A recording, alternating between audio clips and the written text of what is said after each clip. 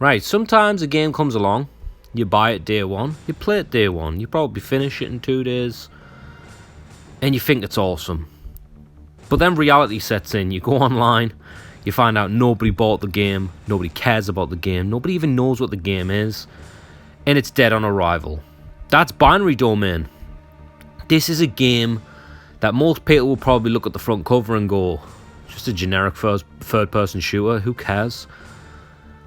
And listen, it does fall into that category of being generic in a gameplay sense, because it is just the Gears of War formula, twisted. But it sets itself apart by the enemy types. Are you sick of fighting aliens or generic soldiers? In this, it's all about robots. And I mean, you blow the limbs off the robots, and the robots like react differently depending on how you shoot them.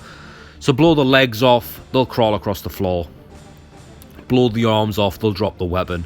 Blow the head off, they can't target you anymore because they're blind.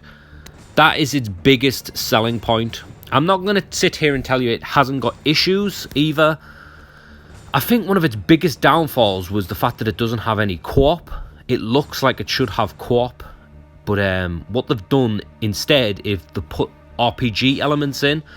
So there is multiple endings. You've got a team of like, I want to say there's like 7 characters. You only control Dan, the main character, at any given time. You don't control the other characters like Bo, Charlie, Kane, Faye, Rachel, Shindo. I actually remember all the names, which is kind of sad.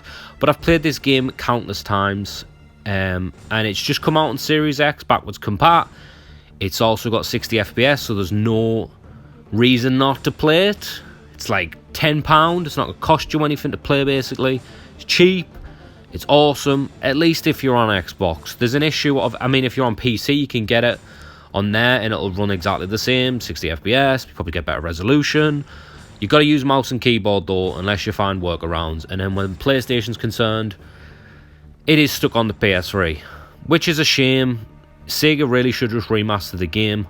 Whatever, I'm going on a tangent about like what I would like and not what the game is. Binary Domain is Gears of War with robots, with an over-the-top storyline about a corporation that's made robots think they're human and they're living among us, which is illegal in this game. That's why these characters are sent in to find out what the hell's going on. Why is these things called hollow children walking among us? But some of the twists and turns happen.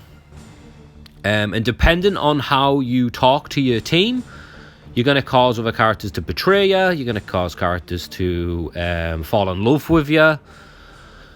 There's a few different outcomes you'll get through this game. You'll actually get some characters killed if their affection levels aren't high enough because you can't trigger the next event with them.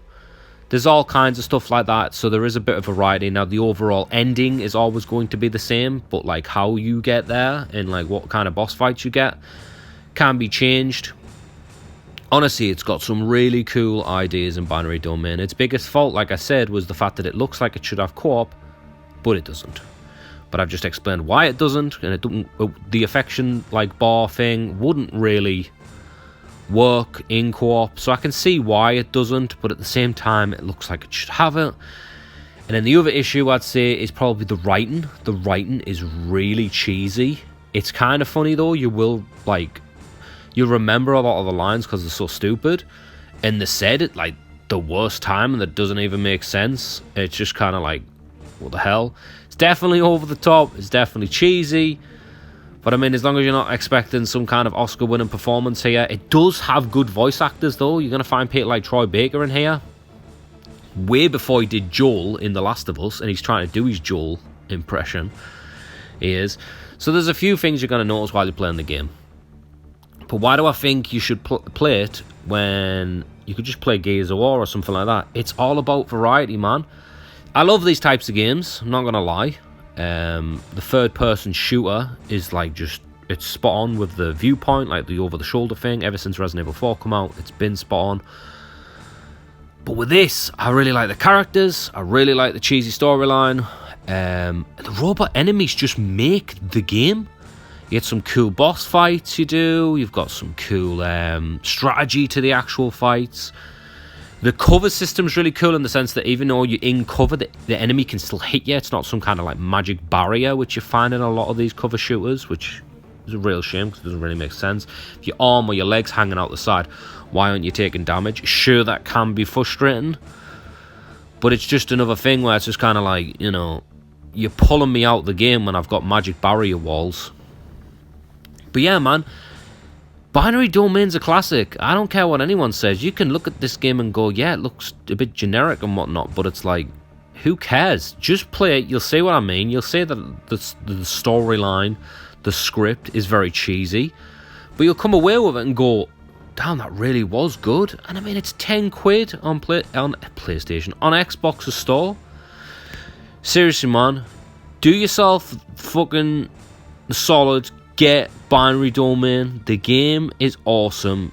Not enough people give it a chance, and Sega should definitely revisit this game, even though it died on arrival. That's all I got. I'll catch you later.